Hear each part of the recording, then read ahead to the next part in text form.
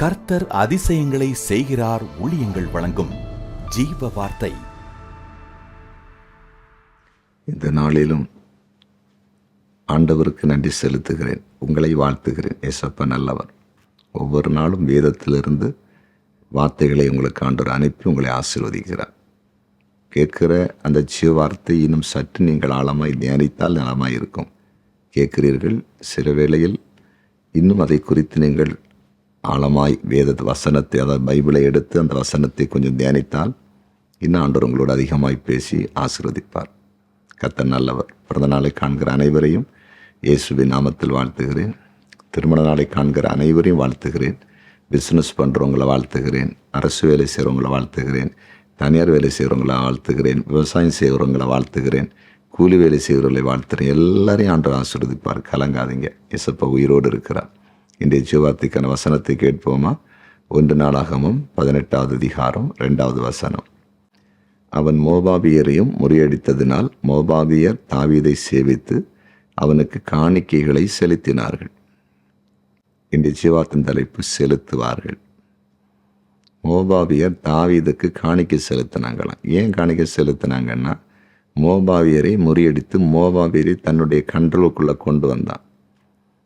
அவங்க இவனை சேவிக்கிறாங்க. அதனால் அவங்க காணிக்கை கொடுக்குறாங்க. அவங்களுடைய வருமானங்களில் ஒரு பகுதியை தாவீதிட்ட கொண்டு கொடுக்குறாங்க. ஏன்னா தாவீது தேசத்தை ஆளுகிற ராஜா. தேசத்தை நடத்தணுன்னா வரி வரணும், வருமானம் வரணும். வருமானம் வராமல் எப்படி தேசம் நடத்த முடியும்? அப்போ தன் சொந்த தேசத்தின் வருமானம் வருது, எதிரிகளை முறியடித்து தன்னுடைய கண்ட்ரோலுக்குள்ளே கொண்டு வந்தோம்னா இப்போ எதிரிகளிடத்துலேருந்து அந்த ராஜாவுக்கு வர வேண்டிய நன்மை அங்கே வந்து கொண்டிருக்கிறது. அவங்க காணிக்கை செலுத்துகிறாங்க. இன்றைக்கு உங்களோட ஆண்டவர் பேசுகிறார். உங்களுக்கு நன்மை வரும். சத்துருக்கள் கையில், பிசாசுடைய கையில், அதாவது உங்களுக்கு வர வேண்டிய மக்கள், உங்களுக்கு வர வேண்டிய நன்மைகளை கொண்டு வர வேண்டிய இருந்தால் நன்மை வராது. கண்டிப்பாக வருவதற்கு வாய்ப்பே இல்லை. ஒரு ஊழி செய்தாலும் சரி, ஒரு சபை நடத்தினாலும் சரி, உங்களுக்கு வர வேண்டிய சில ஆசீர்வாதங்கள் உண்டு, உங்களுக்கு வர வேண்டிய சில மேன்மைகள் உண்டு.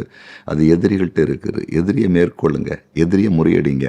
அப்போ அவங்க உங்கள் கண்ட்ரோல் வருவாங்க. அப்போ நீங்கள் சொல்கிறத கேட்பாங்க. உங்களுக்கு அதன் மூலமாக நன்மை உண்டாகும். புரிந்து கொண்டீர்களா? நீங்கள் உதாரணமாக ஒரு 10 பேருக்கு ஆலோசனை கொடுக்குற ஒரு தலைவர் இருந்தால், அந்த 10 பேரும் உங்கள்கிட்ட ஆலோசனை பெற்று நன்மையை பெற்றுக்கொள்ளும்போது அவங்க உங்களுக்கு உதவி செய்ய ஆரம்பிப்பாங்க. அவங்க எதிரி கையில் இருந்தாங்கன்னா, உங்களுக்கு பிடிக்காத ஒரு ஆட்கள் அந்த 10 பேர் இருந்தாங்கன்னா அவங்க எப்படி உங்களுக்கு நன்மை செய்வாங்க? அவங்கள்ட்ட என்ன நன்மை உங்களுக்கு வரும்? புரிந்து கொண்டீர்களா? கர்த்தர் பேசுகிறார். சூழ்நிலை மாறப்போகிறது. காணிக்கை செலுத்த போகிறாங்க. நன்மை வரப்போகுது. அதிசயத்தை காண போகிறீங்க. உங்கள் வாழ்க்கை மேன்மையடைய போகுது. நீங்கள் ஆசீர்வாதமாய் மாறப்போகிறீர்கள். ஜெபிப்போமா? ஜெபிக்கலாம். எங்கள் அன்பு தகப்பனே, ஆண்டவரே, மோபாபியர் தாவீதுக்கு காணிக்கை செலுத்தினதை பார்க்கிறோம். காரணம், மோபாபியரை தாவீது தனக்கு கட்டுப்பாட்டில் கொண்டு வந்து அவங்கள முறியடித்து வென்று தன் கட்டுப்பாட்டில் கொண்டு வந்து தான் சொல்றதை கேட்க வைத்தான். அதனால தான் அவங்க ஒரு பகுதியை, ராஜாங்கத்தை நடத்துவதற்கு காணிக்கையை செலுத்தினாங்க. இன்றைக்கு இந்த வார்த்தை கிரியை செய்யட்டும். உடைய பிள்ளைகளும் அப்படியே சத்துருவை மேற்கொண்டு சத்துரும் பிடியில் இருக்கிற மக்களை தனக்கு நேராய் திருப்பி அதிலிருந்து ஆசீர்வாதங்களை கொண்டு வந்து நன்மையை பெற்று அநேகருக்கு நன்மை செய்ய நீர் கிருபை பாராட்டும்படியாய் ஜெபிக்கிறோம். எங்கள் ஜெபத்தை கேட்டு நன்றி. இப்பொழுதும் வியாதிஸ்தரை தொட்டு சுகமாக்குவீராக. சமாதானருக்கு சமாதானத்தை கொடுப்பீராக. பிரிந்து வாழுகிற குடும்பங்கள் இணையட்டும். குறிப்பாய் ஆண்டவரே, இன்னும் குடும்பங்களிலே கடன் பாரத்தில் இருக்கிற மக்கள் விடுவிக்கப்படட்டும் என்று ஜெபிக்கிறேன். படிக்கிற பிள்ளைகளுக்கு நல்ல படிப்பை கொடுங்க. நல்ல வேலை வாய்ப்புகளை பிள்ளைகளுக்கு உருவாக்கி கொடுங்க. நல்ல குடும்ப வாழ்க்கையை பிள்ளைகளுக்கு உருவாக்கி கொடுங்க. சொந்த வீட்டில் அவருக்கு வீட்டை கொடுக்கும்படியாய் உடைய ஊழியக்காரன் ஜெபிக்கிறேன். பிஸ்னஸ் பண்ணுற எல்லாரையும் ஆசீர்வதிங்க. இறப்படி செய்தீர். அதற்காய் நன்றி. இயேசுவின் நாமத்தில் பிதாவே. ஆமேன், ஆமேன், ஆமேன்.